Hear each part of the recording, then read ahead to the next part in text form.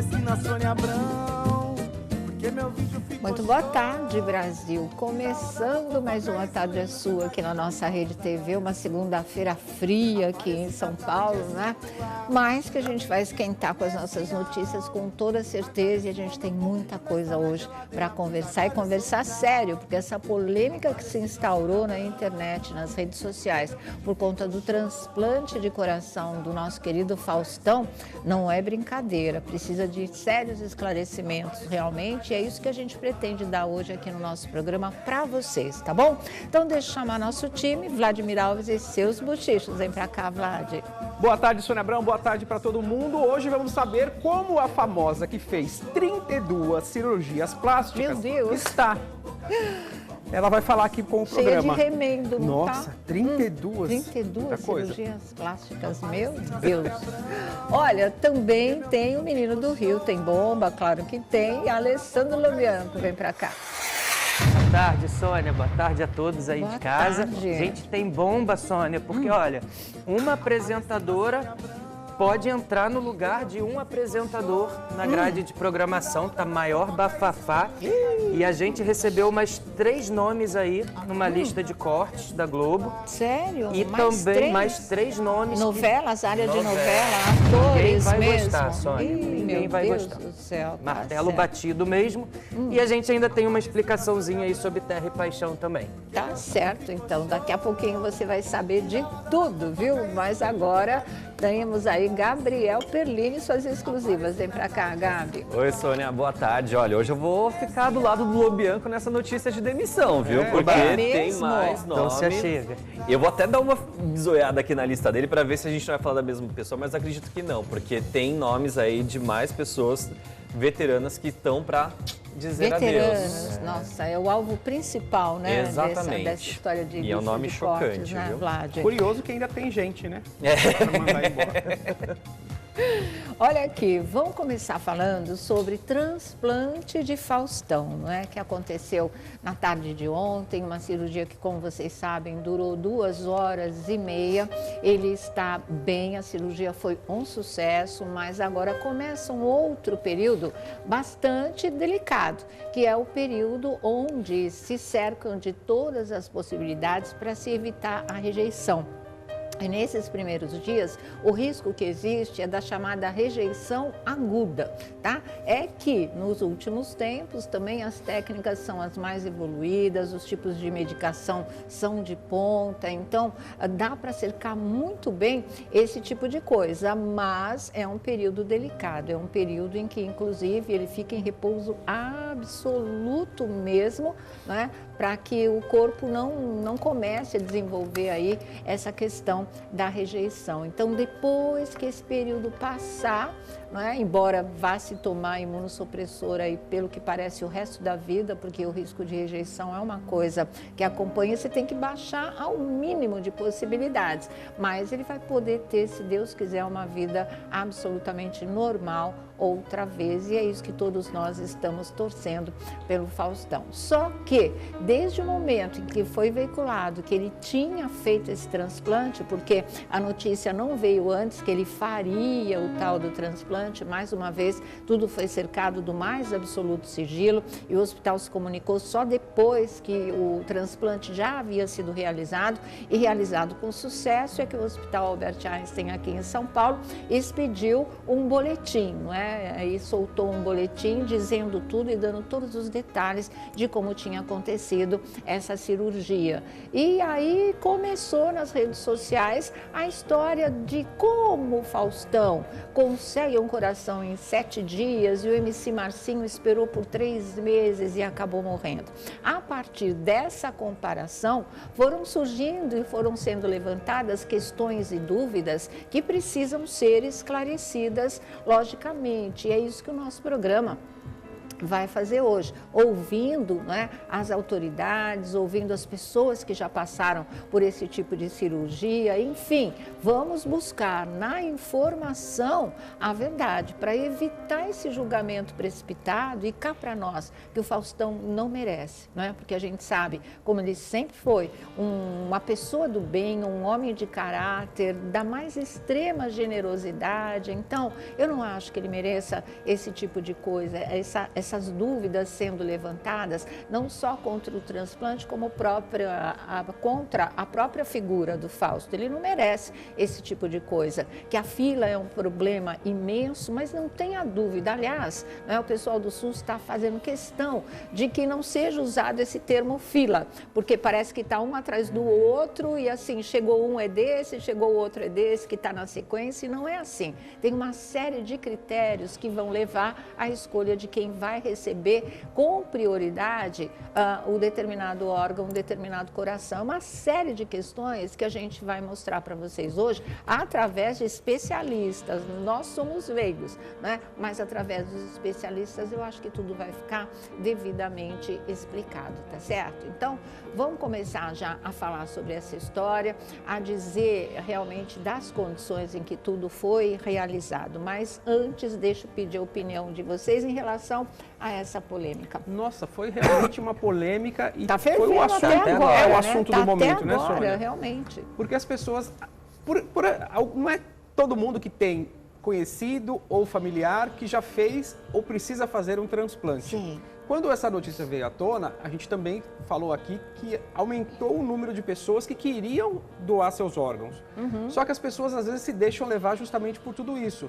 Mas a gente tem aqui informações porque as pessoas falam assim, olha, por que tem gente que passa anos na fila de espera de um transplante? Se a pessoa passa anos, é porque ela pode passar anos. E porque ela pode passar em casa. Em casa. Né? Ela pode passar em casa. A realmente. gravidade do quadro do Fausto Silva, a gente tem que falar o português claro, ele corria risco de morte. Sim, ele estava entre a vida e a morte. E o coração dele só estava batendo por conta de remédios. Então isso o colocou na fila pelo quesito gravidade.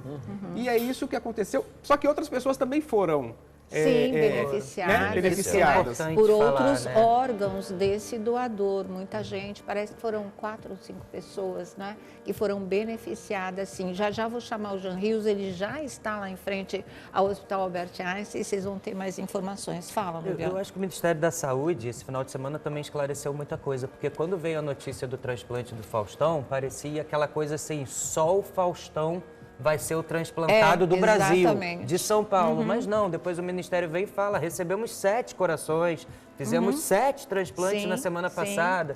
Então, quer dizer, é uma coisa que está acontecendo, muito bem ressaltado, não cabe a gente falar numa fila, né? O termo adequado é lista, porque isso pode, reclassificação muda, uma série de variantes. Muda mesmo as posições. Só uma coisa antes do Perline falar, que é a seguinte, gente, essa história da fila, né? Ou da lista, é uma responsabilidade de todos nós. Se tem quem possa mudar esse tipo de coisa, acabar com essa lista drasticamente, reduzir o máximo possível, quem sabe acabar com a lista, somos todos nós. Porque as pessoas morrem todos os dias, aos milhares. Se todo mundo se conscientizasse, se tornasse doador, cada doador salva 8 vidas, para vocês terem uma ideia. Olha como a gente poderia acelerar essa tal dessa lista. Olha como se a gente desenvolver essa consciência, parar de preconceito, parar de ter medo, parar, né, de não entender que você pode deixar um legado de vida quando você for embora.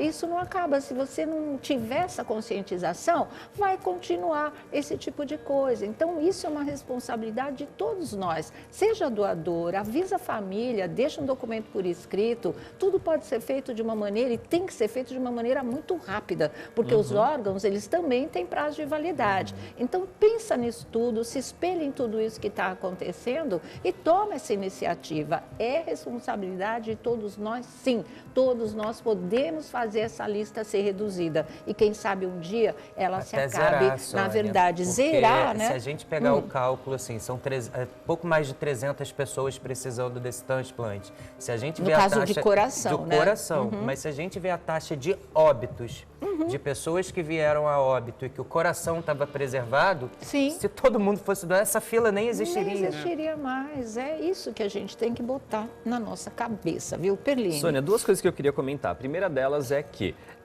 eu até entendo um pouco da desconfiança das pessoas por se tratar de assunto do universo público, né? Quando envolve política, órgão público. Todo mundo tem desconfiança de órgão público aqui no Brasil e não é à toa, né? A gente sempre viu corrupção em todas as áreas. Porém, não existe um registro desde que o Ministério da Saúde começou a trabalhar com essa maneira transparente de como funciona o sistema de transplante, de doação e recepção de órgãos. Não existe um mercado paralelo, não existe isso. E se houver, se alguém tiver alguma informação sobre isso, denuncie, gente. Denuncie, claro, porque isso é crime. Se as pessoas estão praticando isso, isso merece ser denunciado para que essas pessoas sejam punidas no rigor da lei. Então, assim, a gente precisa confiar que existem órgãos que trabalham de maneira correta e de maneira séria. Até porque, imagina só, um coração que só consegue ficar 4 horas fora de um organismo, imagina também a celeridade do processo de você fazer qualquer tipo de negociação no mercado clandestino. Não dá nem para ter um mercado paralelo. Gente, não dá para pensar. E lembrando que o Brasil tem o maior sistema do mundo de transplantes. Exato, né? Não é nada manual. Nada. É muito importante que isso seja esclarecido. Mas o Faustão é porque ele é milionário, ele pode comprar, quem está na fila morre. Não é verdade isso, gente. Acredita nisso. Aliás, não precisa acreditar por acreditar. Vocês vão ter todas as informações. Sabe, o Mussum era milionário e ele recebeu o coração dele, como todo mundo que precisou de transplante naquela época. Ele fez pelo Hospital Beneficência Portuguesa, também aqui em São Paulo. No caso dele, houve complicações, mas isso foi lá em 1994. A gente tem praticamente 30 anos a mais nessa história. A tecnologia evoluiu total. O Mussum, ele teve problemas de coágulos, ele teve problema de água no pulmão, ele acabou não resistindo após o transplante, mas teve o Norton Nascimento também, outro ator, não era milionário, recebeu o coração assim que foi possível ter o doador, né? Ele sobreviveu bem, ele sobreviveu uns 10 anos aí com o transplante de coração dele, se eu não me engano ele veio a falecer em 2017 por aí, né? Mas com ele a coisa deu mais certo, quer dizer, eram artistas, eram famosos, não eram milionários e tiveram seus corações e seus transplantes realizados da mesma maneira. Então a gente tem, né, que parar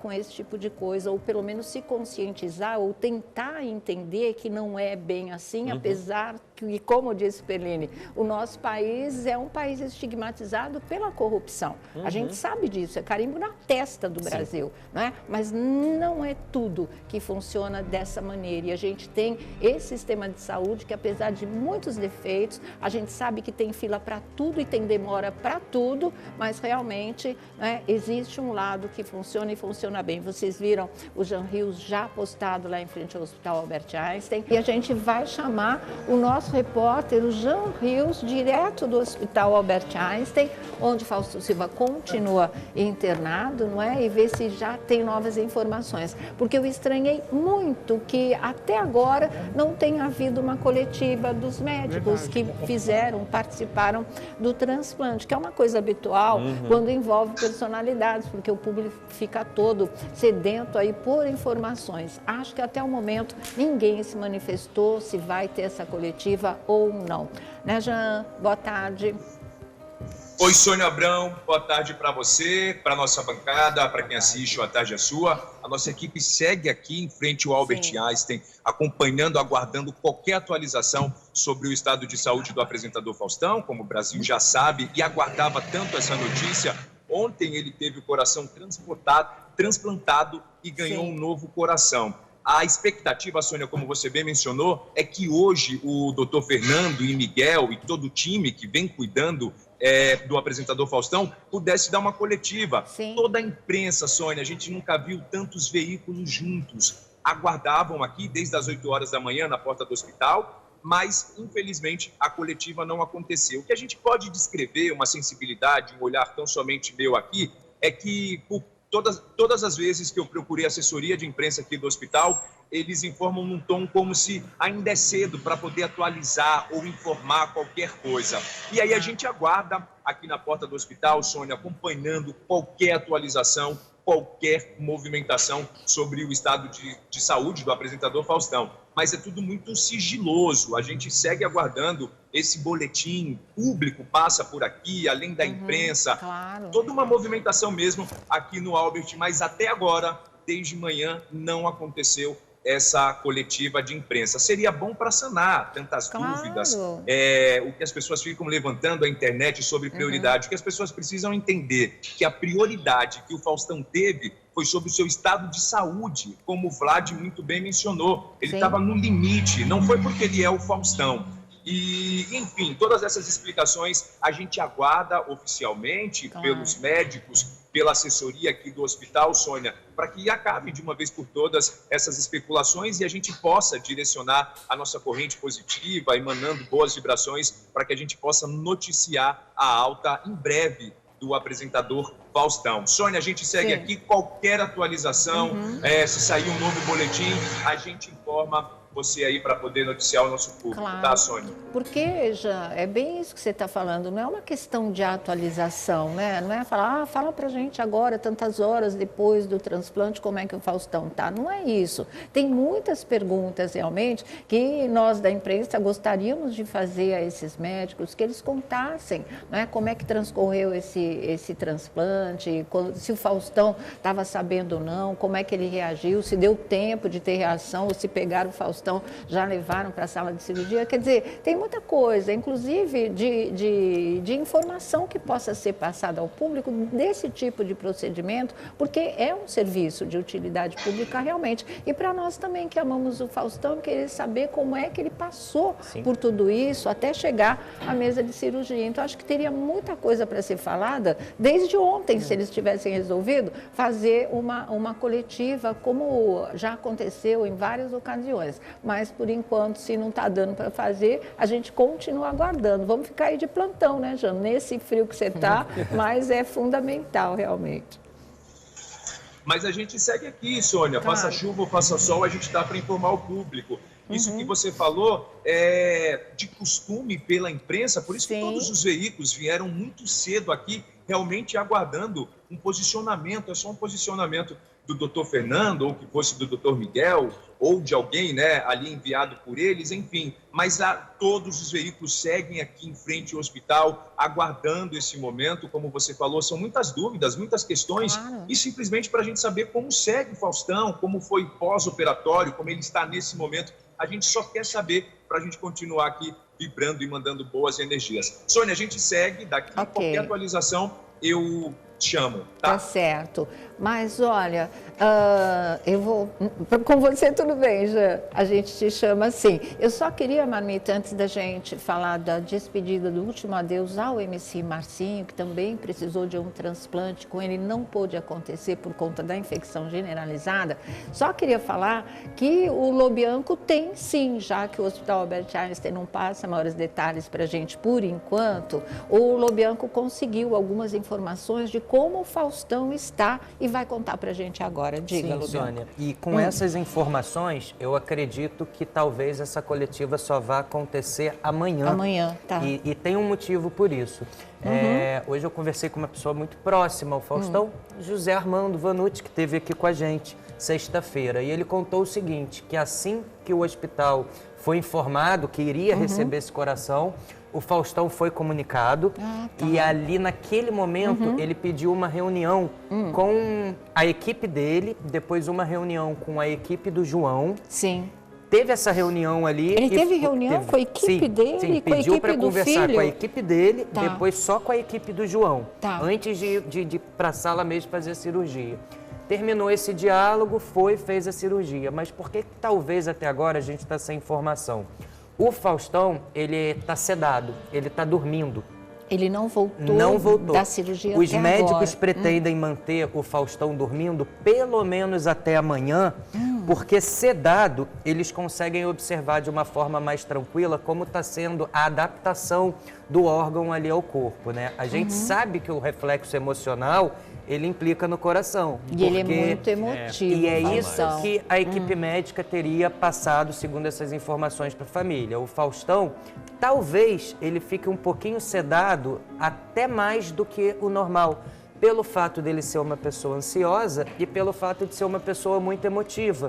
Se você acorda ali agora, vê alguém, a família, e se emociona, e foi justamente por isso que não deixaram o Mussum, naquela época, assistir a Copa do Mundo. Sim, porque ele queria ver os jogos, inclusive pediram para diminuir as televisões dos quartos ao lado, porque a qualquer emoção, o coração bombeia mais, o sangue circula mais. Então a informação é que o Faustão, só vão começar a diminuir a sedação do Faustão a partir de amanhã, e aí eu acredito que eles estejam esperando para ver como o Faustão vai acordar e talvez dar mais detalhes nessa coletiva. Mas foi uma coisa que o Faustão recebeu a notícia, conversou, falou com os filhos, com a família, com os funcionários. Olha.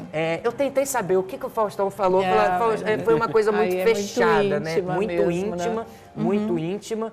Mas ele teve esse momento com a família, com os amigos ali que trabalham próximo a ele, conversou pelo telefone, fez conferência. Tinha muita chance de dar certo, mas um risco de uma cirurgia como essa existe. Então ali poderia ter sido uma última conversa. Talvez, pelo risco ali, porque assim, não é só com a equipe dele, com a equipe do João também, né? A gente não sabe o que ele falou, porque a pessoa levanta tudo. Mas que ele foi para a sala de cirurgia confiante, falando que ia dar certo, a família muito confiante. E ele hoje, até ali amanhã, vai ficar dormindo realmente para o coração poder ficar sossegado, reagindo ali a tudo que fizeram. Porque agora, como eu falei para vocês no começo do programa, é o risco da tal rejeição aguda, que é o pior tipo de rejeição que pode acontecer. E não é só, Sônia, a rejeição. Né? Além da rejeição, pode ter infecção também, porque foram muitas costuras, você costura o coração ali nas artérias, tudo. Então, é o risco da infecção e o risco da rejeição, que são coisas diferentes. É um período bastante delicado. Sônia, perdão. Não, e falar. O que o Vanucci me falou também é que a previsão para o Fausto, porque isso pode variar de 1 mês a 1 mês e meio para essa alta. Ele ficar internado, tudo isso? Internado. No caso do Faustão, a equipe médica planejou uma alta para somente daqui a 30 dias. Então a previsão é que o Faustão fique 30 dias internado, em observação ali, para sair 100% para uma vida normal. Tá certo, se Deus quiser, e espera, gente. Porque quando ele tiver superado toda essa fase crítica e ele puder falar e ele der entrevista, aí vocês vão saber de todos os detalhes. Esperem do Fausto Silva uma grande campanha, vai ser tipo missão de vida dele, daqui para frente, a campanha pela doação de órgãos, para que as pessoas realmente se conscientizem e partam para a prática. Todo mundo torce, todo mundo fica esperando um doador, ninguém se habilita a ser, né? Mas ele vai pegar essa bandeira e vai lutar muito por isso, vai ser uma causa da vida dele e ele vai salvar muitas vidas. Como vocês não sabem, ele já salvou de muita gente lá atrás. Nesses 32 anos ou mais, 40 de carreira, ele já ajudou tanta gente. Não é à toa, né, que Deus deu para ele, né, essa segunda chance, essa oportunidade de vida. Eu só queria falar uma coisa em relação ao MC Marcinho, porque ontem, quando se levantou nas redes sociais essa polêmica toda, como ele conseguiu em 7 dias, né, dizendo que esse coração só podia ter sido comercializado, só podia ter sido comprado. Quem tem dinheiro sobrevive, quem não tem morre na fila. Né? Que é uma ideia que pode aparecer na cabeça das pessoas em função do Brasil ser um país com injustiça social? Claro que sim, mas entendam que não é a verdade nesse caso. E por isso que eu acho que o Hospital Copa-Dor falhou em relação a não ter expedido um comunicado onde esse tipo de coisa fosse esclarecido, onde os médicos não se pronunciassem também, porque existe uma legião de fãs do MC Marcinho nesse nosso país que quer saber isso. Essa questão só pode ser esclarecida pelo próprio Copa-Dor. Então explica pra gente, não é? Por que é que o MC Marcinho ficou internado desde o dia 27 de junho até o final da semana passada, esperando por um doador? doador e esse transplante não aconteceu. No final, claro que não ia acontecer mesmo. Ele desenvolveu uma infecção generalizada, foi retirado da fila, porque não tinha mais condições dele ser submetido a uma cirurgia ainda mais desse porte. Mas e desde junho até agosto, por que isso não aconteceu? O que a gente sabe de bastidores, não é que ele vinha desenvolvendo já uma série de outros problemas que iriam, de uma forma ou de outra, retardar esse transplante, mesmo que o coração chegasse. Mas se o hospital puder esclarecer, eu acho que vai ser bom para todo mundo. Roda a vinheta.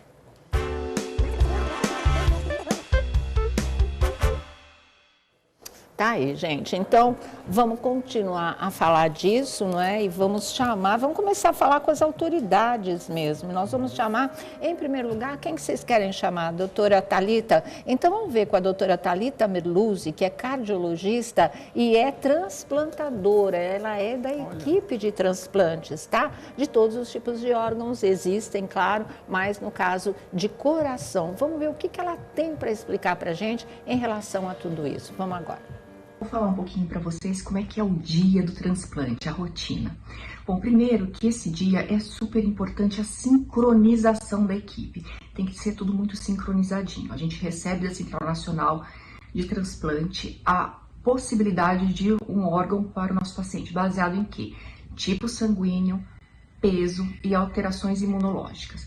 A gente pega esses dados, vê se bate com o nosso paciente. Aí, na sequência, uma parte da equipe vai buscar o órgão, outra parte fica no hospital. Chegando lá, enquanto o nosso paciente está sendo preparado no hospital, a equipe vai buscar o órgão. Chegando lá, eles vão avaliar macroscopicamente. O que é isso? Eles vão olhar o órgão para ver se o órgão é bom. Olhando o órgão, vendo bom, eles captam esse órgão e avisam a equipe que está no hospital. A equipe que está no hospital já está toda preparada com o paciente. Já definiu antibiótico profilático, imunossupressão, já fez a avaliação pré-anestésica. Esse paciente simultaneamente vai para o centro cirúrgico. Fica sedado, anestesiado, esperando o órgão chegar. Quando o órgão chega, o órgão doente é retirado e o órgão novo é colocado no lugar. Na sequência, esse paciente ele é encaminhado para a unidade de terapia intensiva, onde vai ser dado sequência nos cuidados de pós-operatório. É normal e esperado que esse paciente chegue na unidade de terapia intensiva com algumas medicações para ajudar o coração a bater mais, porque às vezes o coração, quando ele é transplantado, ele fica meio abobadinho no começo, mas depois ele volta a ter uma função normal. Então ele chega com medicação para bater o coração melhor, às vezes o paciente inflama, é esperado que isso aconteça. Pensa, a gente trocou um órgão desse paciente, então é esperado que a pressão dele esteja mais baixinha, que a gente use medicação para segurar a pressão arterial. Geralmente, nas primeiras 24 horas, o paciente ele é estubado. Às vezes pode esticar um pouquinho de acordo com os status hemodinâmicos desse paciente. Tá aí, viu? E tem outras questões que a doutora Thalita também responde agora. Vamos ver do que mais que ela fala. Sobre a polêmica da fila, gente. Como é que acontece a escolha de quem vai receber o coração ou qualquer outro órgão no momento que necessita de um transplante? Doutora Thalita. Gostaria de abordar com vocês aqui referente à fila de transplante cardíaco, que eu estou vendo várias matérias, várias fake news referente a isso, então vamos lá. Transplante cardíaco brasileiro é uma referência mundial, ditando a nossa seriedade. A fila é única, organizada pela Central Nacional de Transplante, em que ela obedece antiguidade, tipo sanguíneo, peso e alguns fatores imunológicos. Ela é organizada de forma linear. Entende-se também que alguns pacientes têm prioridade. Por quê? Porque se eles não receberem o órgão antes, eles vão morrer antes da pessoa que está em casa. Então, por exemplo, a pessoa que está internada, recebendo medicação na veia, para poder manter condições básicas, né, de vida, de sobrevivência, para receber o órgão em boas condições, ele é muito mais grave do que quem está em casa. O mesmo raciocínio serve para quem precisa de dispositivos, como balão intra-aórtico e ECMO. Essas pessoas estão muito mais graves do que as pessoas que estão recebendo medicação e do que as pessoas que estão em casa. Então, a prioridade, ela vem para dar oportunidade dessas pessoas receberem o órgão. Então, assim, a prioridade, ela é racional e humana. A gente dá oportunidade para pessoas que não teriam, numa condição habitual, chance de receber o órgão. Então, por favor, eu entendo que é um desserviço para a sociedade falar em furar fila de transplante no Brasil. É um sistema sério, é um sistema organizado e ele deve ser respeitado. É um argumento que até desestimula as pessoas a serem doadoras, achando que é uma bagunça, né? Muita gente me mandou mensagem falando assim, olha, eu queria ser doadora, mas agora eu estou repensando. Não repensa, seja doador, doadora, por favor, né? Tem mais alguma questão para a doutora Thalita? A rejeição, vamos lá. Referente à rejeição, todo mundo tem muito medo da rejeição. De fato é preocupante, mas hoje a gente tem instrumentos para fazer um diagnóstico de rejeição precoce. Então a gente usa de uma forma geral 3 imunossupressores, sendo que um deles não tem uma dose igual para todo mundo, depende muito do metabolismo de cada organismo. Então a gente guia pelo nível cérebro. O que significa isso? Pelo exame de sangue a gente sabe qual é a dose ideal para aquele paciente. Quando a gente atinge a dose ideal do imunossupressor, geralmente o paciente passa por uma biópsia. É outra cirurgia? Não. Biópsia é um procedimento minimamente invasivo, ele lembra muito um cateterismo, que ele entra pelo furinho na virilha e vai lá no coração, não dói, né? O paciente é sedado, não dói, e eles tiram pedacinhos do coração onde vai ser analisado para ver se tem algum indício de rejeição ou não. É importante, se caso de fato tiver, a gente fazer o diagnóstico precoce para poder iniciar o tratamento. Hoje a gente tem tratamento para rejeição. São excelentes tratamentos com boas respostas. Esse paciente vai sempre fazer acompanhamento referente à parte dos imunossupressores, sempre vai fazer acompanhamento de risco de rejeição. O risco maior é nessa primeira fase, nos primeiros meses, indo até 6 meses, mas depois a gente sempre faz uma monitorização referente à rejeição, a possibilidade dela ou não. E lembrar, tem tratamento. Com certeza, é um controle para a vida toda, né? E é importante que seja bem feito. Muita gente fala, não estou sentindo nada, graças a Deus deu tudo certo, e não faz esse controle. É fundamental, na verdade, viu? Entre as variantes para a pessoa receber um coração, às vezes, olha, é o primeiro, segundo, terceiro da fila, está bem ali no começo, mas o coração não é compatível. E não é compatível, não é só na questão do tipo sanguíneo, não. Né? E de idade também. Não é compatível, às vezes, pelo próprio tamanho do órgão, porque né, exatamente peso e altura do paciente também são fundamentais. Né? Porque, por exemplo, um homem como o Fausto, de porte grande, se o coração do doador fosse um coração de uma pessoa pequena, de um menor porte, um coração com outras medidas, não daria conta do trabalho que um organismo nessa proporção demanda para se sustentar em termos de oxigenação, de batimentos cardíacos, essa coisa toda. Então tem isso também, e tem uma série de outras coisas que contam nessa história, né? O Faustão, o coração desse homem de 35 anos, segundo as informações extraoficiais dão conta, era o mesmo tipo sanguíneo, o tipo sanguíneo B, né? B negativo, se eu não me engano. B negativo. Olha, B negativo, né? Segundo notícias na TV, quem doou o coração para o Faustão? Jogador de futebol amador que sofreu um AVC, ou seja, um acidente vascular cerebral. 35 anos, jogador amador da cidade de Santos, onde ele já estaria internado. Por isso que o coração do Faustão veio exatamente de Santos, né? Seguiu de helicóptero para São Paulo, decolando do estádio da Portuguesa Santista, e chegou aqui ao Hospital Albert Einstein em tempo ainda de ser transportado, porque era perto, né? E aí, chegando muito mais rápido, vence facilmente aquele prazo de 4 horas em que o órgão, no caso um coração, sobrevive. E aí, como já estava tudo preparado, deu tudo certo, na verdade. Seria este homem o doador do coração do Faustão. E eu fico assim, muito chateada, vê se vocês me entendem, porque o pessoal, para desvirtuar, é uma coisa impressionante, o pessoal entende o que quer, não o que a gente fala.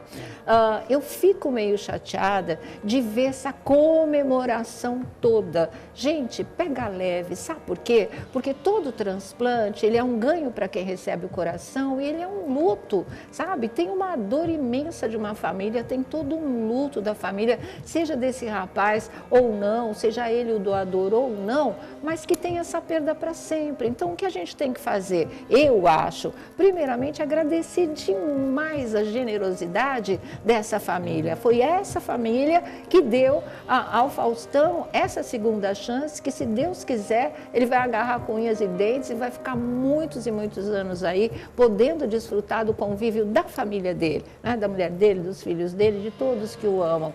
Então, isso vem em primeiro lugar. A gente está feliz pelo Faustão, muito feliz, mas eu acho que não dá para sair, sabe, soltando fogos de artifício, essa coisa toda. Vamos agradecer a Deus, vamos rezar para que o Faustão se restabeleça logo, que ele possa voltar às atividades dele, que ele possa aproveitar muito essa longa vida que Deus há de dar para ele, mas não fica assim comemorando tanto, porque eu acho que aí parece que a dor da família não existe, parece que só tem valor a história do Faustão. Isso não é verdade. Cada implante, cada doação, ela é fruto de uma dor, é fruto de um luto, e a gente tem que respeitar isso e valorizar muito, né? A cada família que abre mão e que realmente sabe que aquele que se foi vai aí se perpetuar em muitas outras vidas, se Deus quiser. Sônia, né, eu queria só fazer um adendo rapidinho? Você quiser. Porque esse rapaz aí que a gente está vendo na foto, o nome dele é Fábio Cordeiro da Silva.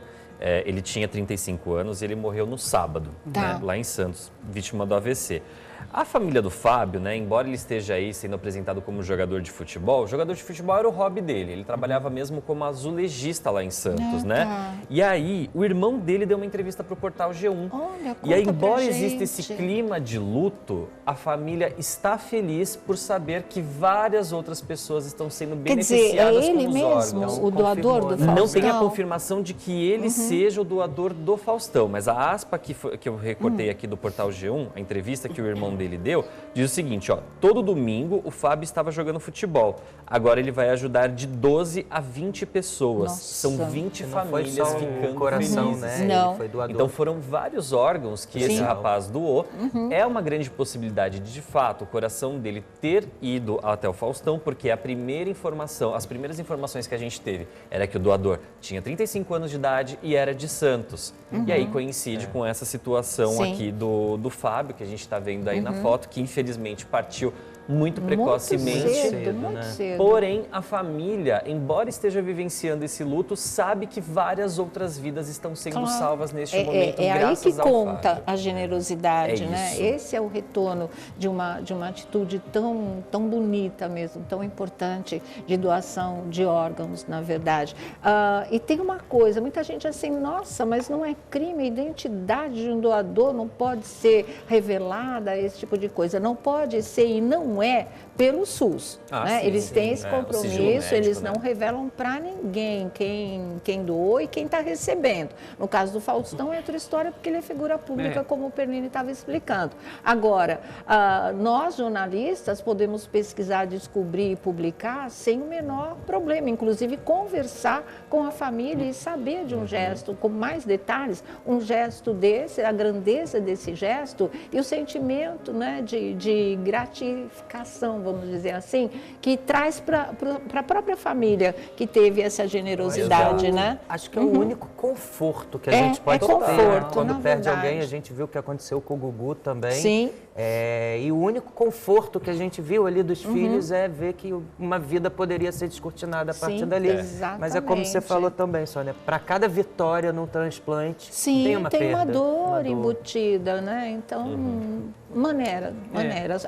Comemora agradecendo a Deus e rezando muito para tudo dar certo aí até o final desse tratamento, viu? Mas o Gugu não ficou, né? Para depois conversar com a gente e contar esse lado dele da história. Mas a família doou os órgãos, fez campanha por doação de Tiraram órgãos. de novo, Gugu o Instagram caiu. caiu Não tô de entendendo novo por do quê, Faustão, né?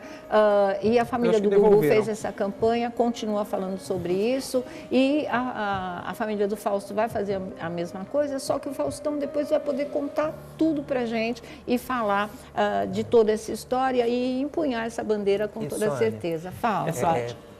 Essa preocupação que o SUS tem para que não vaze as informações de quem doou, serve também como parâmetro para a gente analisar o caso do Fausto Silva. Por que eu estou falando isso? Você imagina, porque muita gente está falando, olha o Faustão furou a fila, olha porque o Faustão tem dinheiro, olha porque ele é uma figura pública. Agora, hoje em dia, do jeito que as coisas acontecem, do mesmo jeito que encontraram os familiares do rapaz que doou os órgãos para o Faustão, da mesma maneira, as pessoas também encontrariam algum erro, caso houvesse, nesse transplante do Fausto Silva. Como? Exato. Gente, hoje em dia, com a internet, com investigação, nada mais fica encoberto. As pessoas têm que levar em consideração que, como a Sônia mesmo disse, uma família perdeu uma vida, mas o Faustão garantiu a vida dele, graças a Deus, porque ele estava na fila no momento certo e conseguiu ser atendido pelo SUS. Agora, as pessoas precisam parar de criar muito essas caraminholas na cabeça, porque isso vão tudo contra uma atitude de amor, que é a doação de órgãos. Então, gente, calma lá, espera aí, vamos comemorar por um outro lado que o Faustão recebeu um órgão, está vivo, esteve quase na morte, né? Foi uma coisa assim tão grave. E tem uma coisa, olha como são as coisas. Um familiar deste rapaz que doou os órgãos, um familiar desse, ele é jogador de várzea, então talvez não era a profissão dele. Era amador mesmo. É amador. E aí a família falou assim, que bom que o coração dele foi parar no Faustão, porque o Fausto Silva é uma pessoa generosa, um homem de bem, um homem de família, apesar da tristeza, apesar do luto, não me recordo agora o nome do familiar. Ele falou, apesar de tudo isso, eu estou muito feliz pelo Faustão ter recebido esse coração. Não, é verdade. Eu até tinha escrito ontem no meu Instagram falando assim, que esse novo coração vai receber toda a bondade que o velho coração do Faustão sempre teve. A mesma generosidade, vai realmente. E uma coisa então, assim e sua família também pode ficar tranquila, vamos dizer assim, né? Porque esse coração vai ser recheado só de bons sentimentos e vocês podem ter certeza, viu? Eu também acho, Sônia, eu arrisco mais. Esses dias estava vendo o filho do Gugu, né, o João, falando também, estimulando a doação de órgãos. Sim. Quem sabe no futuro a gente não vai ver essas duas famílias unidas, dois maiores apresentadores unidas, um que foi doador e um que recebeu juntos por essa causa, que seria muito bonito. Os dois lados da história. Né? E uma coisa legal é ressaltar isso que o Vlad falou.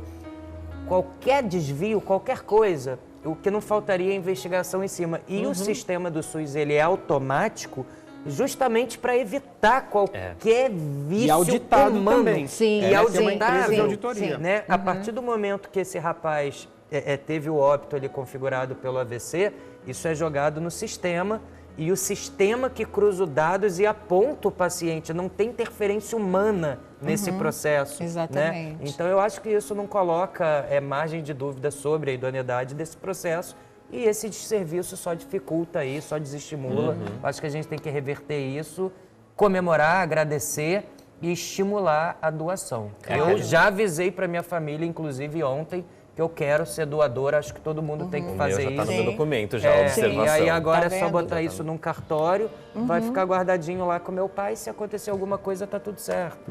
Mas é isso mesmo que tem que ser feito por todos nós, por todos. Mas aí eu cobrei nós, o contrário, eu falei com ele, é vice-versa, você assina o sua procuração e deixa comigo também, você também vai ser doador. Mas é isso mesmo. Mas viu? é isso, só bater de novo nessa tecla. A gente está tão acostumado em ver o lado negativo das coisas, só ouvir notícias ruins em relação às coisas que não funcionam no Brasil, que no momento que a gente tem um departamento, um órgão, né, que trabalha de uma maneira correta, sem fraude, trabalhando na idoneidade, gente, a gente tem mais que aplaudir. O SUS, ele é uma tentativa de cópia por diversos países do mundo e ninguém consegue copiar o SUS. O Chile já tentou diversas vezes e não deu certo. Tem uma outra informação importante também a respeito de toda essa especulação de dinheiro de Faustão.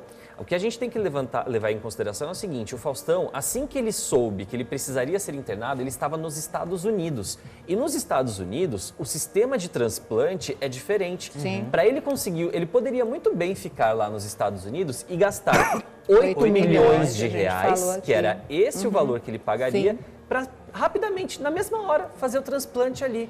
Ele poderia, porque esse dinheiro ele tem. Ele preferiu voltar para o Brasil, respeitar essa fila, respeitar toda a fila que a gente não vai mais usar aqui, mas respeitar toda a lista, todo o enlace que existe aí nesses protocolos e receber o atendimento da equipe médica. Então, assim, se ele quisesse furar qualquer tipo de cronograma, se a gente pode dizer, ele já estava lá nos Estados Unidos. Dinheiro ele tinha, a disponibilidade ele tinha. Ele quis voltar para cá e seguir tudo da maneira correta. Esse dinheiro que ele tinha e tem, ele vai ajudar muita gente. Sem dúvidas. Claro, sempre ajudou, independente disso, agora não vai ser diferente.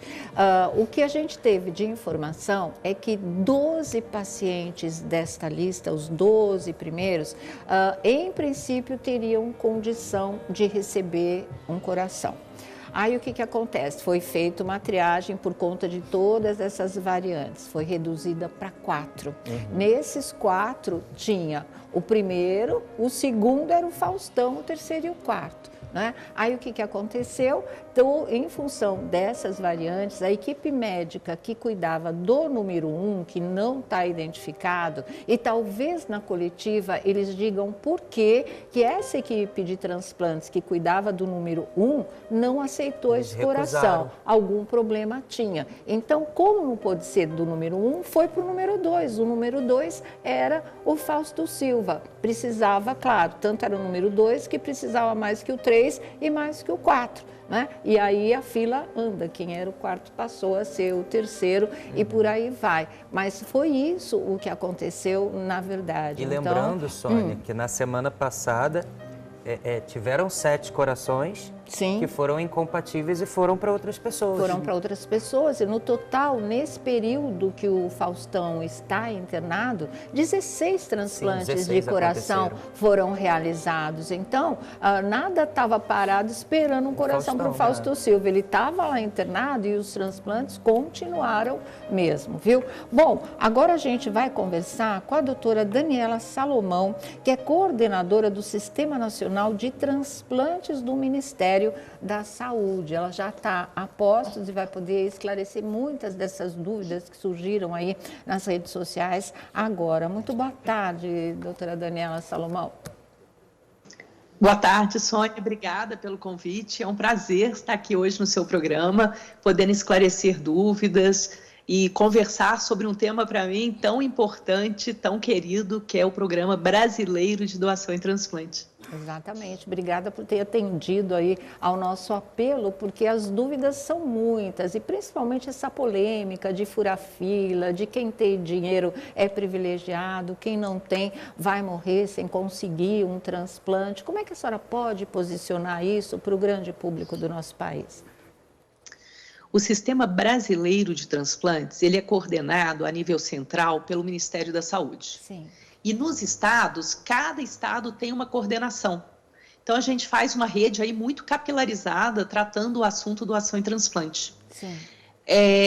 Todo mundo utiliza o mesmo sistema, é um sistema seguro e auditável, e não é um sistema público que gera a lista do SUS e um sistema que gera a lista do privado. O sistema é único, todos os pacientes brasileiros entram na lista por critérios técnicos e são ranqueados por critérios de gravidade ou de similaridade com aquela doação que ocorreu naquele momento. Então, é um sistema muito dinâmico, ele muda o tempo inteiro, com novos pacientes entrando, pacientes sendo transplantados.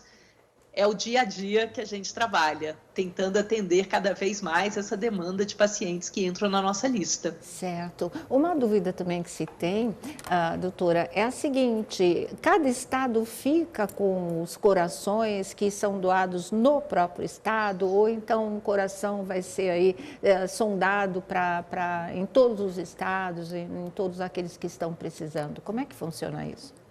Então, o sistema de doação, ele funciona primeiramente no estado. E por que isso? Porque o nosso país é continental. Sim. Se a gente fosse ranquear o paciente pelo país, a gente ia perder minutos preciosos de vida daquele órgão. Então, primeiramente, e sempre que possível, o órgão permanece no estado. Ele só vai para outro estado se não houver nenhum paciente candidato a receber aquele órgão doado naquele momento. Então, existe sim a Central Nacional, que fica aqui no Ministério da Saúde, que faz a ponte entre estados para o melhor aproveitamento de órgãos não utilizados naquele estado, mas nessa situação específica, de não haver pacientes naquele momento. Certo. Bom, nossos jornalistas aqui gostariam de fazer perguntas para a senhora também. Pode falar, Vlad. Boa tarde, doutora. É Vladimir que está falando. Eu quero pedir um favor, inclusive, porque algumas pessoas não estão acreditando. Quais são os mecanismos? Por que Fausto Silva não furou a fila? O que garante esta certeza para as pessoas que ainda estão em dúvida? Excelente, adorei sua pergunta, porque eu acho que é uma coisa que a gente tem que conversar sobre isso o tempo inteiro. Então, novamente, o sistema é informatizado, quem gerencia o sistema localmente é a Coordenação Estadual de Transplante. O sistema, ele atende toda a população, seja pública ou privada, para o transplante. E quem insere os dados do paciente na lista é a equipe de transplante, ok? Quem insere os dados do doador é a equipe que cuida da doação. Quem faz o casamento entre a doação e o paciente é a central de transplante. Então, você veja que são pessoas, equipes independentes. A central de transplante não está cuidando do paciente, ela nem sabe quais pacientes que foram inseridos no sistema, ela só vai saber no momento que ela gera essa lista. Então, a lista é gerada por um sistema que é totalmente isento de contato pessoal com as pontas. Ele não sabe quem está na lista para transplante, ele não sabe quem é o doador, as características do doador que vão ser inseridas no sistema. Então, acho que isso dá credibilidade ao sistema e mais, o sistema ele é auditável. Sim. Então, quem trabalha na Central Estadual de Transplante é submetido a qualquer tipo de auditoria em qualquer momento. O sistema consegue pontualmente enxergar cada movimento feito pelo plantonista naquele dia, de inserção de dados, tudo isso é possível de ser rastreado. Ótimo. Fala, Luguel. Doutora, talvez a gente tenha um dos sistemas para transplantados mais seguros, né? Podemos dizer mais seguros do mundo, inclusive com essa automatização que cruza esses dados. É isso mesmo? Somos hoje uma referência na questão dos transplantes? Esse sistema, por exemplo, que casa esses dados, ele é usado só no Brasil? Outros países adotam esse tipo de coisa? Como é que isso funciona a nível global? É super interessante a sua pergunta, porque varia muito mesmo. Os países têm formas diferentes de lidar com isso. Alguns países, pela dimensão, dividem o processo de doação e transplante entre algumas centrais. Alguns países menores não têm um sistema informatizado, então torna o processo bastante frágil. Você não consegue saber por que aquele órgão doado chegou no receptor. O Brasil é um orgulho para a gente, porque tem um sistema confiável que atende toda a população brasileira que precisar de um transplante. Da mesma forma, nós temos a nossa portaria publicada com critérios técnicos e todos os pacientes que entram no Sistema Brasileiro de Transplante são submetidos às mesmas regras. Toda a vida importa, né, doutora? Toda a vida importa. E nós trabalhamos para isso. Com certeza. Perline. Doutora, a gente falou aqui, a gente está batendo muito nessa tecla da idoneidade do processo que existe na questão de transplante de órgãos. Mas muitas pessoas ainda assim duvidam de vários métodos. Só que uma coisa que a gente sempre fala se você tem alguma informação de alguma fraude no sistema, denuncie. Vocês recebem algum tipo de denúncia acusando fraudes? Vocês receberam, depois desse caso do Fausto Silva, alguma denúncia nesse sentido ou só estão vindo os questionamentos mesmo? Não, bem pontuado, né? Eu trabalho no sistema há diversos anos e nunca recebi nenhuma confirmação e nenhum questionamento sobre a idoneidade do sistema. Então, é muito interessante que agora, né, a gente esteja acusando um sistema que está aí trabalhando pelos brasileiros há anos e anos, sem nenhuma questionamento, né, de como ele funciona, de risco ou de não atendimento aos critérios técnicos já estabelecidos. Uma última Exatamente. perguntinha. Pode fazer, doutora, eu queria te fazer uma última pergunta. A gente estava conversando aqui sobre o número de pessoas que vão a óbito diariamente que não são doadoras e o número de pessoas aguardando, né, uma possibilidade de doação. A senhora tem algum dado para falar para a gente quanto % da população doadora deveria aumentar para que a gente conseguisse talvez zerar essa fila? Né? 15% doassem, a gente já conseguiria. Tem uma média? Bom, esse é um dado delicado, né? A gente sabe que existem, óbvio, são momentos difíceis. Momento de um falecimento de um ente querido é um momento muito delicado para uma decisão familiar.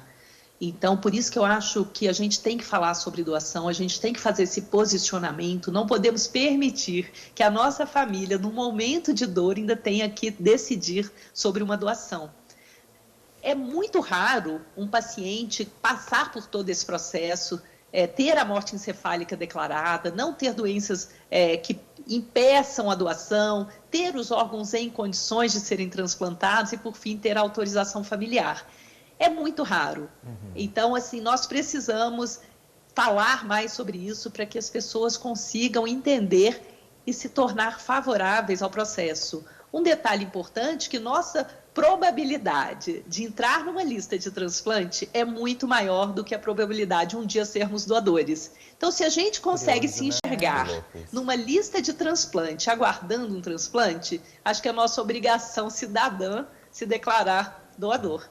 Com toda certeza. Só para fazer um balanço para o nosso público, doutora, a maior necessidade, a gente pode quantificar assim, em termos de órgãos no Brasil, seria mesmo o transplante de coração? A gente sabe que tem quase 400 pessoas na fila atualmente no Brasil. Que tipo de órgão, vamos dizer assim, a gente mais necessita? A nossa maior demanda de transplante de órgãos, como qualquer outro país, tá? Nós estamos igual a qualquer país do mundo, é de transplante renal. Renal. Então, nossa fila de transplante renal, ela é praticamente a maior, ela é a maior e ela é quase 100% da lista de pessoas que aguardam por um transplante de órgãos, proporcionalmente, né? Proporcionalmente, o número de pacientes que aguardam um transplante cardíaco é muito pequeno. Que coisa, a gente nem tem essa dimensão. Para a gente fala em transplante, você pensa em coração, na verdade, não é? Quanto tempo pode esperar um órgão? A senhora estava falando que em 4 horas. Isso é só para coração ou para qualquer tipo de órgão? Isso, coração e pulmão, que tem esse período de 4 horas, né, que a gente tenta trabalhar dentro dessa margem de segurança. O fígado a gente tenta trabalhar na margem de segurança de 8 horas. Sim. E o rim numa margem de segurança de 24 horas. E para a gente conseguir alcançar isso, são muitos e muitos brasileiros que trabalham nesse processo, que nos ajudam no processo de logística, no transporte de órgãos. A gente tem que salientar a importância das companhias aéreas comerciais que nos apoiam aí nos transportes pelo Brasil afora. E também nos transportes locais. A Polícia Civil nos ajuda, o SAMU nos ajuda, bombeiros, todo mundo, quando é chamado para essa missão, fazem com muito orgulho, com muito prazer. Tá certo. Bom, para encerrar, queria que a senhora deixasse aí uma mensagem para todos os brasileiros em relação a essa questão.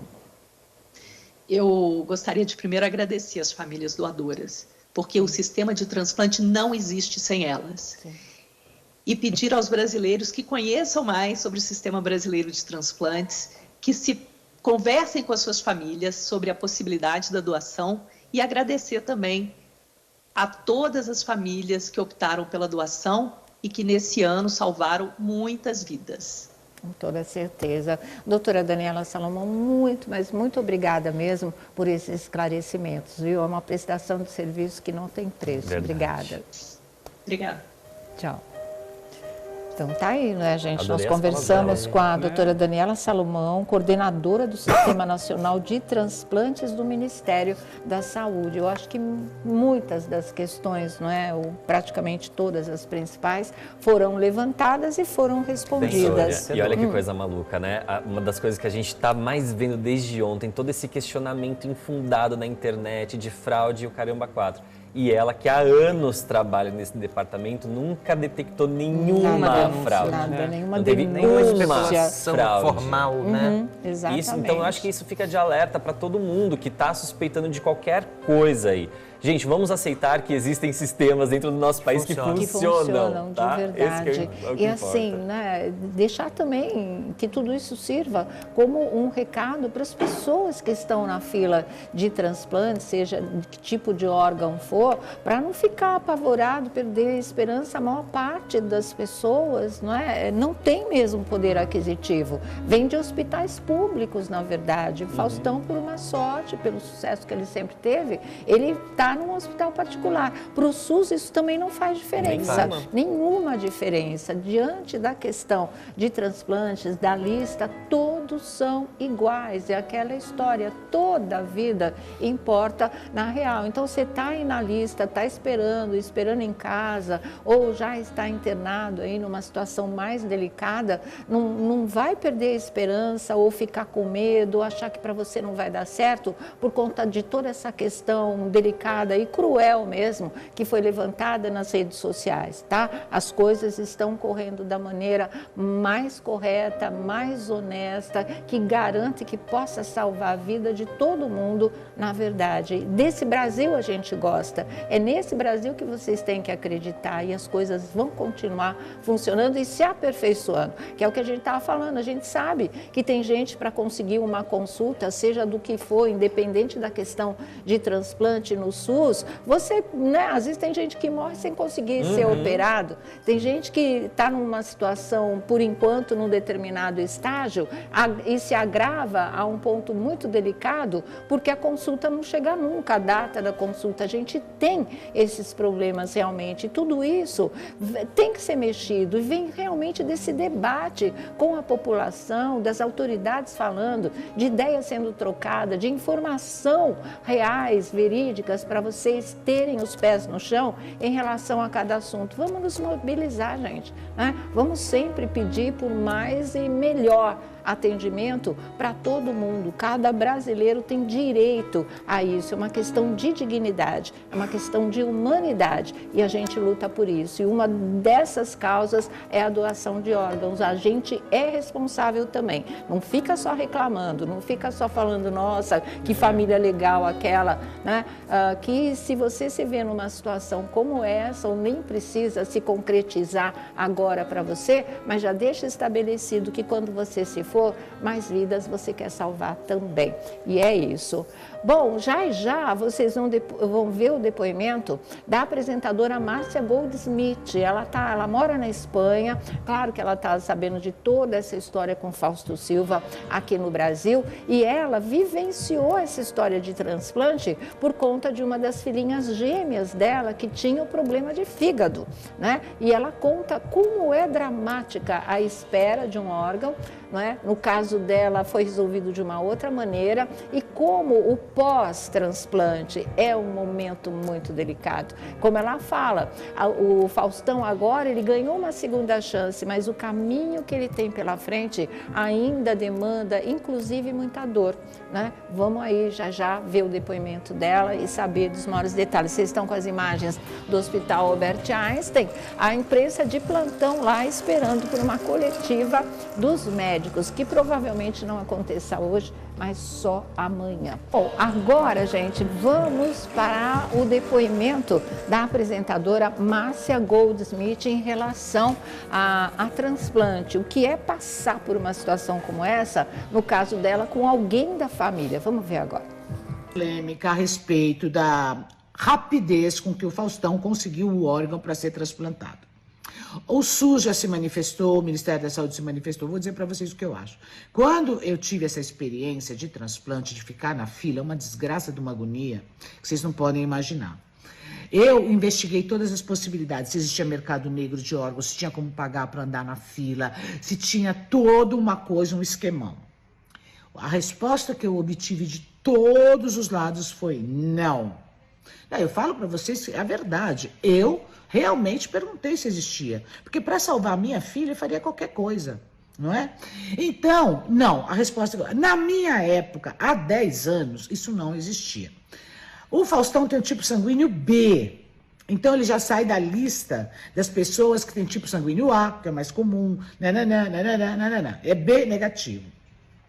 Dizem que tinha uma pessoa na frente dele, por essas pessoas recusou o órgão. Então seria muito bom que os médicos, uma equipe médica, dissessem por que essa pessoa recusou. Porque a pessoa pode ter recusado porque não tinha condições de chegar a tempo no local, não é? Porque a minha filha, por exemplo, ela fez um sírio-libanês com uma equipe maravilhosa, do Chap-Chap. Porém, sabe qual é a informação? Que quem era do SUS faria lá também, com a mesma equipe, sem pagar. Então, a informação e a impressão e a ideia que eu tive sempre é que o SUS, no quesito transplante, era absolutamente igual para qualquer pessoa, do rico ao pobre, qualquer um. Eu tinha lá do lado da minha filha, no quarto dela, do quarto da minha filha, pessoas do SUS passando pelo transplante com a mesma equipe, sem pagar um centavo, no melhor hospital da América do Sul. Tá bem? Então é a minha experiência. Eu acho que os médicos da equipe do Faustão, que são médicos renomados, não iam incorrer na possibilidade de ter suas carreiras, suas reputações manchadas por qualquer falcatrua do gênero, eu acho. Eu não afirmo, eu acho. Eu diria para vocês o seguinte, gente, para acabar com esse blá blá blá, pipipi, popopó, tem que mostrar por que a família do número 1 recusou. MC Marcinho, gente, às vezes a pessoa está num estado tão crítico que nem pode receber o transplante. Por exemplo, a Ianinha, ela esteve numa fase tão crítica antes que os médicos falaram, nós vamos precisar fazer isso, isso e isso para possibilitar o transplante. Ela ficou na fila em 5º lugar, ela nunca conseguiu o fígado. Mas como o fígado pode doar pessoas vivas, e eu queria doar, mas os médicos não aceitaram. Por quê? Porque eles diziam o seguinte, você é a nossa última alternativa, porque a criança vai precisar de cuidados pós-cirurgia. Então, e eu tinha a irmã, a Vitória, gêmea, um bebê. E eles falaram, é uma cirurgia de risco. Já pensou se eu morria, deixava 2 meninas órfãs? Vocês entenderam? Então é um jogo muito difícil ali. Então os médicos disseram, a última alternativa é você. Graças a Deus apareceu o meu filho, que por livre e espontânea vontade se predispôs a doar uma parte do fígado. Porque fígado, rim, essas coisas podem ser intervivos, não é? Medula, óssea e tal. Agora, o que não pode ser intervivos é pulmão, coração, porque as pessoas, né, não vivem sem isso. Então, gente, a minha experiência é que é muito sério esse processo, tá? Muito sério, muito doloroso, muito triste, muito complicado. Faustão está agora no momento pós-transplante. Esse momento é muito complicado. O corpo, eles vão dar muitos imunossupressores para baixar totalmente as defesas, para que o corpo não ataque esse órgão desconhecido como se fosse um vírus, como se fosse uma bactéria. Isso faz com que a pessoa fique muito suscetível a infecções, a tudo que vocês puderem imaginar. Foi horrível. Eu vivi de máscara na minha casa, ninguém podia entrar na minha casa há mais de 1 ano.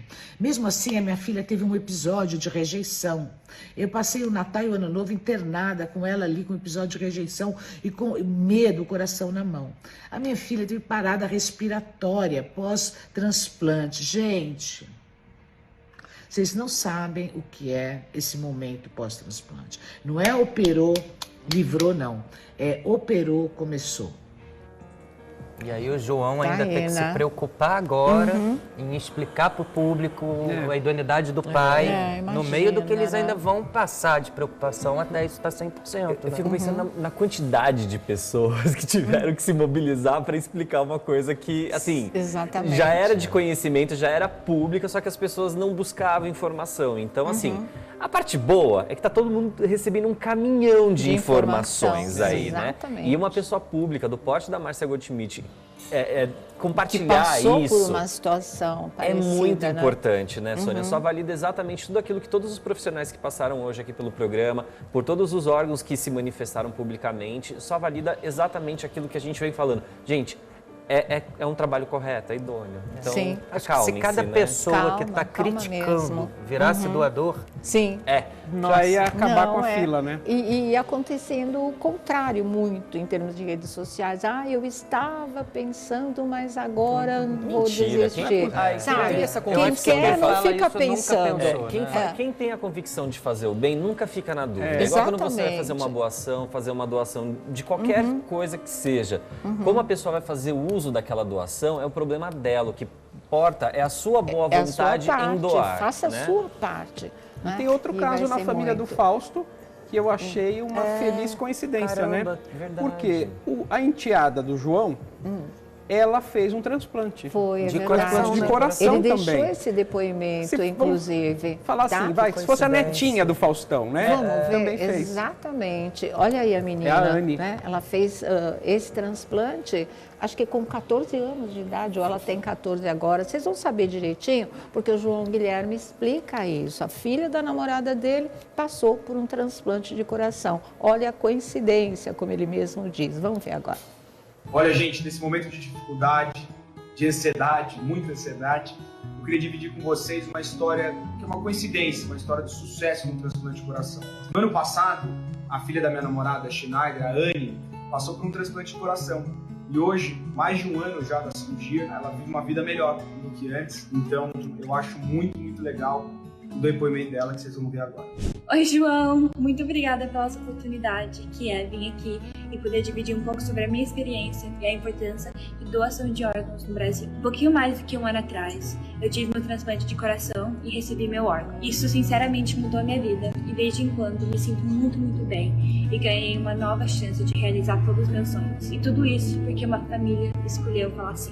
E foi um processo difícil, bem emocionante para mim e para minha família. A espera, o tempo que eu passei no hospital, esperando para chegar o órgão perfeito. E graças a Deus chegou. E sinceramente mudou a vida de todo mundo ao meu redor, principalmente a minha. E por isso é muito importante vir aqui falar sobre esse tópico. Isso afeta a vida de muitas pessoas. Então se informe, vira doador, porque isso vai salvar a vida de muitas, muitas pessoas. Muito obrigada.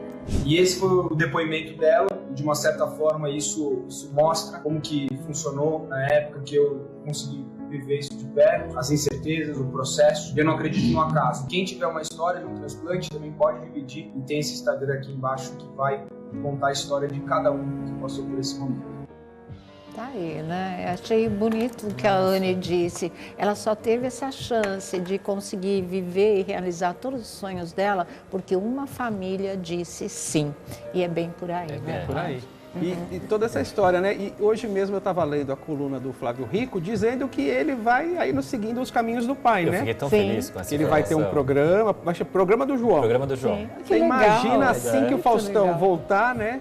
A alegria que ele vai ter ao saber que o filho está seguindo no mesmo caminho dele, né? Nessa trilha E acredito de sucesso. que muito tenha sido falado nisso, nessa reunião do Fausto com a equipe do João. Antes do transplante, né? Antes eu também acho que ele deixou ali algumas instruções, falou dos desejos dele, deixou umas orientações. É impressionante como o João saiu assim da figura de menino e se transformou em homem assim muito rapidamente. Sim. Ele absorveu muito conhecimento do que o pai dele passou para ele, até mesmo nesse momento de tomar a frente, ser um dos porta-vozes da família para comunicar o estado de saúde do pai, fazer uso das redes sociais para trazer informações que a gente precisa. Esse menino, ele se transformou, agora ele se transformou num homem de verdade, com toda a responsabilidade que ele está tendo. E ele não é só um lindo rapaz, ele é uma linda pessoa, né? Ele é um homem incrível, de primeira qualidade. E que bom, Sônia, que por essa triste coincidência, ele tem do lado dele hoje uma mulher que passou isso com a filha e deve estar dando uma força, uma segurança, um otimismo muito importante para essa família. Bom, já vocês estão informados de tudo, vamos continuar nossas orações, a gente não vê a hora que os médicos façam a coletiva, que o Faustão possa ir melhorando a cada dia, supere essa fase mais delicada agora de pós-transplante, né? E se Deus quiser tudo vai dar certo, viu? Mas vamos girar a nossa roda com o menino do Rio, Alessandro Lobianco. Vamos lá falar do mundo artístico Vamos agora. lá, tem bastante coisa pra gente discutir, Sônia. Vou pedir pro pessoal de casa aí me seguir no Instagram, no TikTok, no YouTube, todas as redes sociais, só digitar meu nome. E hoje a gente vai falar de uma coisa que está sendo discutido na Globo, que a gente já começou a falar, inclusive, na semana passada. Só que agora a gente tem 3 novas informações que eu fico muito curioso para saber a opinião de vocês e também do pessoal de casa. É o seguinte, a gente falou que, apesar da liderança da audiência dos sábados com o Mion, a Globo está insatisfeita com os sábados. A Globo quer reformular esses sábados, porque para a Globo os números, apesar da liderança, são números que poderiam ser mais interessantes para apresentar para o mercado, para ganhar mais dinheiro ali com a área comercial. E eu fiquei sabendo, Sônia, hoje de manhã, uma decisão que já foi tomada e é martelo batido. Já está praticamente irreversível, que é o quê? Ano que vem, o Caldeirão com o Mion, de fato, não vai mais fazer parte da programação fixa da emissora. Vai acabar? Isso é martelo batido. Gente. O Caldeirão com o Mion na grade fixa vai acabar. Ele pode existir por temporada ou nem aí. isso? E aí eu vou explicar agora, porque a Globo está desenhando 3 cenários, não tem martelo batido em cima desses 3 cenários, mas eles vão discutir que um desses 3 cenários vai ser escolhido e aí a gente pode ter Sabrina Sato no lugar do Mion. E o Mion? Pois é, esse é o primeiro cenário. O primeiro cenário que eles pediram é que o departamento de criação já pense, né, já comece a desenhar de fato um grande programa de entretenimento para Sabrina Sato. E o primeiro cenário é que Sabrina ocupe a grade de sábado no lugar do Mion após o Big Brother Brasil, a partir do mês de abril. Esse é o primeiro cenário. O segundo cenário que a Globo vai discutir é se acaba com o Caldeirão com o Mion e a partir de abril dá um novo programa para o Mion que não tenha nada a ver com o Caldeirão. Aí nada fixo, aí fora desse esquema de mas temporada. outro formato, não tem nada a ver com o que está acontecendo. Um programa do zero completamente diferente. Paulo Bianco, essa reunião... Essa decisão veio após esse último sábado ou já estava... Após. Porque o último sábado agora deu 15 pontos. Foi muito mas você viu como bem, estava diferente? Foi muito bem. O Mion já estava com outra roupa, ele estava completamente Mandei ele cortar diferente. o cabelo, ele piorou o cabelo. Estava horrível.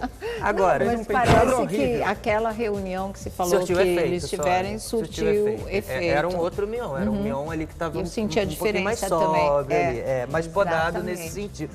Digamos um Mion menos emocionado, podemos dizer assim.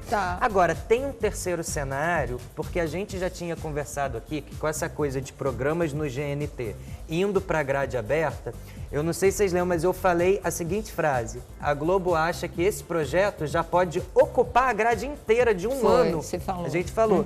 E aí a Globo está fazendo as contas porque tem um terceiro cenário que eles acham muito, muito interessante, até porque já está confirmado que a Angélica vai ter a segunda temporada dela para os sábados. Mas a previsão é que essa temporada entrasse antes do Mion. Talvez não entre. O que eles estão pensando em fazer? E aí o cálculo dá certinho 12 meses. Meu Deus. Como nós temos Sabrina Sato, Tadeu Schmidt, Fátima Bernardes e o próprio Mion, eles estão pensando o seguinte: o terceiro cenário é um cenário muito bom comercialmente também.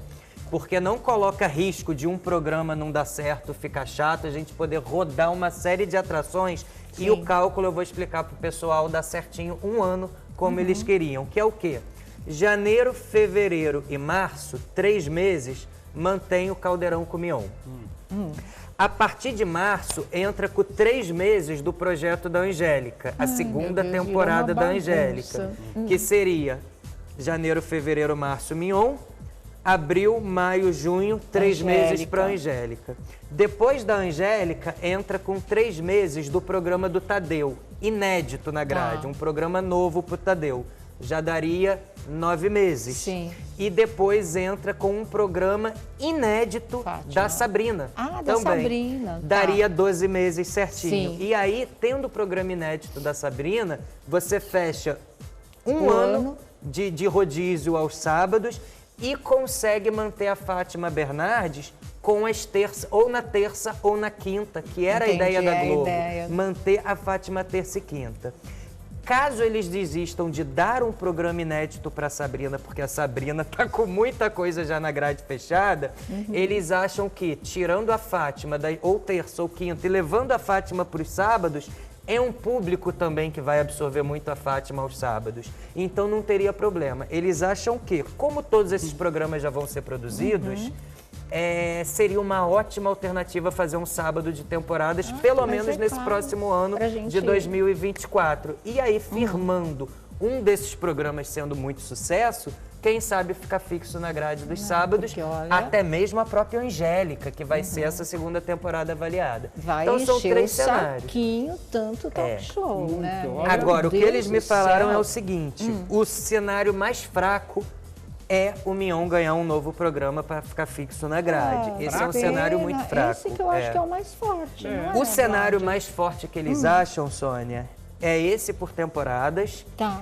Mas o cenário de colocar a Sabrina fixa na grade, pelo menos por 3 anos, 3 anos iniciais, eu acredito. Isso é uma coisa que comercialmente está na preferência da Globo. Tá. O comercial prefere a Sabrina num contrato de 3 anos, 3 anos? Com um novo programa no lugar do Mion, ou pelo menos 2 anos. Aí não é o comercial. Temporada, aí é um programa fixo Essa mesmo. é a preferência do comercial. A preferência do artístico, fazer o rodízio. Tá. A preferência do Mion ganhar um novo programa. Mas essa é uma... A minha preferência é o Mion no BBB depois, claro, eles que o querem, Tadeu Sônia. resolver sair e encarar o programa só dele, né? Eu perguntei, por que dar um novo programa pro Mion tá em última opção? Sim. Por que tá em última opção? Porque o Mion está sendo encaminhado para uma linha de reality deixando o Caldeirão. Ele pode até ser mantido. Se for optado essa terceira opção das temporadas, o Caldeirão com o Mion não vai acabar. Vai ficar por temporada. Sim. Aí é legal. Vai ficar por temporada. Esse ponto seria bom também. Né? Mas o que eles me falaram a gente acha que se não for por essa linha, porque aqui o comercial tá mandando em tudo, é o que eles falaram. O comercial tá mandando. Se não for pela linha do comercial, vai pela Sabrina, que é a segunda opção do comercial, um programa de 2 a 3 anos e depois a gente vê o que a gente E ela faz. está mostrando mais uma vez o que ela pode com o Sobre Nós Dois, que a gente já falou. É melhor o Adnet procurar outra coisa, porque todo mundo não chama nem o programa pelo nome, chama programa da Sabrina. Vocês viram o programa da Sabrina? Vocês não acreditam em mim. Ela engole eles. Porque ele é insuportável, esse Marcelo mas Adnet. não é por isso, é porque a Sabrina é muito carismática. Ela tomou conta, né? Ela tomou conta do programa. Mas eu sou mais o rodízio. Eu também. Eu sou mais o rodízio.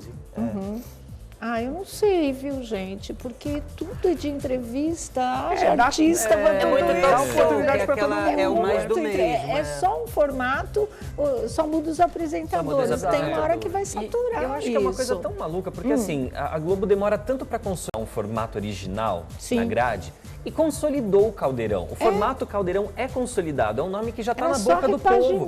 Gente, o que custa fazer quadros novos? Muda a dinâmica do programa. Fica criando situações assim, malucas. Acho uma judiação. Tudo bem, ele é maravilhoso como apresentador de reality show. A gente viu que o Mion transformou a Fazenda num grande sucesso. Foi o melhor apresentador de longe, disparado, que a Fazenda já teve. Mas eu acho um pecado sacrificar o Mion, apresentador, animador, comunicador, né? Isso também. Ele faz muito bem, gente. A questão é o programa, não é o apresentador. O carisma que ele tem, assim, é uma coisa ele que a atinge Globo... todas as faixas, exato. né? Ele teve uma popularidade maior que o Hulk, né? É uma coisa assim que a Globo tem que preservar. Eu acho que se a audiência não está indo bem, né, igual a gente vinha notando aí nos últimos sábados... Mas só reagida. Mexe no formato, porque o cara, ele é bom, ele joga em todas as linhas, gente. Então, qual é o problema? Eles querem ter referência em algo que não se pode usar. Eles querem usar a fórmula do Chacrinha distribuindo bacalhau e ele distribui meia. Para com isso que é feio. Vocês nunca vão ser Chacrinha. Tem que fazer o seu estilo, do seu modo de tentar descobrir. Que foi o que aconteceu no começo. Né? Não vem querer copiar o Cacilho do Chacrinha, que não dá. Aí você vai passar vergonha. Não, também acho. Né? Mas que ele deve continuar. Vamos voltar lá para nossa bancada com o Buchicho Vladimiral. Vamos lá, que hoje é segunda-feira. É segunda-feira. Segundou. Não pode parar. Vamos lá. Boa tarde, grupo! Boa tarde, grupo! Muito boa tarde. Ó, @obuchicho lá no TikTok. Eu tô lá no TikTok. Vou fazer o seguinte. Se eu desbloquear... Não, se eu chegar em 10 mil seguidores no TikTok, eu vou desbloquear uma fofoca lá. Mais uma fofoca, mas aquela fofoca raiz. @obuchicho, me segue lá. Fofoca raiz. Dança, tem que ser dança. Eu danço, tá bom. Quero ver essa cena. 10 mil, gente, ajuda lá. E eu sofro de ansiedade, então me ajuda aí esses 10 mil pra eu Já começa agora, vai. É raiz, hein? Vai lá, Fofoca pessoal. raiz. Olha só. Enquanto isso, vamos contar uma outra aqui também que é exclusiva. Envolve quem? Quem? Sheila Peitan! Meu Deus! Ela já fez a cirurgia? Fez a cirurgia, Sônia. Agora vou contar o que Peitinho. aconteceu e vamos mostrar a Sheila Peitinho. Essa maluca que já tinha 5 litros. Ai, não. Porque ela tinha um negócio que ela... Olha lá, lembra desse peito que ela ia do bumbum? Imagina o peso. Ela colocou uma prótese. Não sei como não explodiu. Ficou a dona dos maiores seios do mundo. Entrou no Guinness. E ela tinha uma Ela bombinha entrou, que ia inflando e colocando tipo um soro dentro da prótese. E aquilo ia inflando, uma hora explodia. Pá! Tipo aquele bexigão de festa. Lembra? A bichorra. Ai, Sheila. Aí o que acontece? Ela veio pro Brasil porque, na verdade, nós contamos aqui uma vez que ela teve câncer e precisou tirar a mama, lembra? Foi, claro. Aí o que ela fez? Voltou a colocar o silicone. Agora, Sônia, você não sabe, ela retirou 1 quilo de pele. 1 quilo só de pele tanto que esticou, do seio, de tanto que esticou. E diminuiu as mamas para 435. Ainda é grande. Ainda. Lembra aquela... Tirou 200, então. Lembra aquele tempo que tinha tiazinha, feiticeira? Elas colocavam 350. Era uma latinha de refrigerante. Ela tem 435, ou seja, ainda continua grande. As imagens aí do pós-operatório, Sônia. Gente, então, ela já tá tá bem, já retirou esse 1 quilo de pele. Tá fazendo esse tratamento, por quê? Ela foi se operar num reality show que tem lá nos Estados Unidos. É Botched? Botched. E ela não gostou do que fizeram lá. Sério? Ela saiu falando mal dos médicos de lá. Sabe quem que já participou desse reality show? Quem? Lisiane Gutierrez. Jura? Olha, esse pessoal faz carreira. Faz carreira. Reality show, né? É uma loucura. Faz tudo na hora mesmo, você diminui e já tira coloca. as peles, já faz mesmo que cirurgia plástica ali na hora. Já faz na hora. Já faz porque é uma anestesia só, né? Você já não é um procedimento Quanto tão... tempo de recuperação? Olha, ela já tá sapateando pela rua aí, Sônia. Sério? Ela já tá sapateando. Os vídeos que ela mostrou aqui pra gente, um dos vídeos que ela enviou aqui já é pós-cirurgia. Então você já viu o resultado? Já. Ficou legal? Continua grande, mas ela também falou que agora parou. Parou, não quer mais saber disso, porque essa prótese lá dos Estados Unidos podia desenvolver um câncer, por isso que ela tirou e colocou aqui no Brasil. Depois de tantas plásticas, eu falei 30, na verdade ela já fez 40 cirurgias plásticas. 40. Lembra que ela fez a harmonização? Que corpo E nós mostramos aqui a harmonização dela? Sim. Olha lá, ó. Ficou bonito. A harmonização ficou ótima. A gente até falou que ela tinha elogiou. ficado bem 40 bonita mesmo. cirurgias. Jesus. Então ela tá aqui no Brasil, tá feliz, tá casada com um brasileiro. Foi para os Estados Unidos, casou com um brasileiro. Foi para os Estados Unidos e voltar para fazer peito no Brasil. Eu não entendo. Aqui é o melhor lugar para fazer Ela cirurgia, frisou, né? Que aqui é os melhores especialistas para ela estão no Brasil. Mas tá tudo bem, graças a Deus com a Sheila. Um beijo pra Sheila. E tem isso. vídeo novo? É esse mesmo? Esse é o pós-cirurgia, pós-operatório. Cílios ali videozinho dela. impecáveis, desmaiada, mas o cílio estava ali, ó. Que bom, deu tudo certo. A sobrancelha, olha. Lá vai ela. Meu Deus do céu. Boa sorte, Sheila. É maluca. Olha, beijo, Sheila.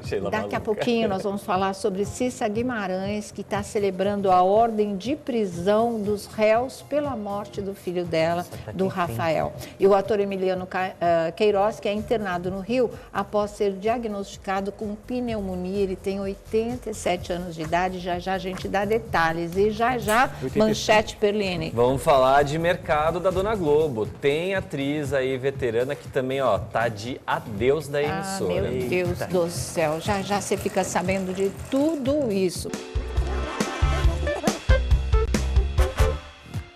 De volta aqui ao nosso programa, Gabi Perline. Rapidinho, Sônia, deixar minhas redes sociais pro pessoal aí de casa me seguir, Twitter, Instagram, TikTok é @GabiPerlini, tá? Inclusive postei lá no meu Instagram agora nos stories uma apresentadora que entrou no ar hoje, depois que saiu de uma reunião, sabendo que já foi demitida. Meu Deus! Apresentou o programa hoje sabendo que amanhã já não tem mais emprego. Passa lá, @GabiPerlini. Por falar em questão de emprego, vamos falar de uma atriz veterana da Globo que está de saída da emissora. Não vai renovar o contrato. Estamos falando da Julia Lemertz, que também não vai mais ficar na Globo. É uma perda gigante. Sim. Mas a Júlia, eu a entrevistei quando eu estive lá no Festival de Cinema de Vassouras, recentemente. E a gente conversou a respeito dessa questão de contrato. Ela não tem mais nenhuma obra prevista para este ano na Globo. Na verdade, ela gravou a segunda temporada da série Justiça, que ainda vai ser lançada, mas já finalizou o trabalho. E o contrato dela vence agora ou em setembro ou em outubro. Como não há mais previsão e não há mais projeção, a Júlia provavelmente também acabará com esse vínculo e ela está muito tranquila, porque ela falou que tem um monte de gente atrás dela para outros trabalhos. Um monte de gente, produtoras de streaming, emissoras e por aí vai. Então, desempregada ela não vai ficar. Verdade. Bom, de volta aqui, gente. Vamos para as redes sociais, vamos lá. As mensagens do Lecinho falando o seguinte. Lecinho é meu crush. Ah, seu crush é ele? Você quer ler? Você quer ler? Posso ler? Vamos trocar. Lecinho. O A Tarde é Sua está super bem informativo. Entrevista com a coordenadora de transplantes, muito esclarecedora. Muito bom a abordagem do assunto que recebeu uma enxurrada de críticas esse final de semana. É isso aí, Lecinho. Em sua homenagem, Lobianco leu a mensagem. Vamos para a próxima. Vai lá, Vlad. A Camila, obrigada, Sônia, por ter falado do MC Marcinho. Isso está tão entalado em nós que somos fãs dele. Sempre fui fã dele, também está entalado em mim. Eu gostaria muito dessa explicação. Vamos esperar que o Copa Adora aí emita algum comunicado. Não estou acreditando, mas seria de bom tom realmente, né? De consideração com o grande público do MC Marcinho, tá? Vamos para a próxima. O Thiago Bejaúba escreveu: Sônia Abrão merece aplausos ao fazer uma entrevista com a coordenadora de transplantes. Que legal, Thiago. Todos nós fizemos perguntas para ela que a gente sabia que estava, né, na cabeça do público, na verdade. Precisava mesmo. Conscientizar as pessoas. Bom, estamos indo embora? Então vamos lá, gente. Vamos embora. Fica aí a nossa singela homenagem ao MC Marcinho.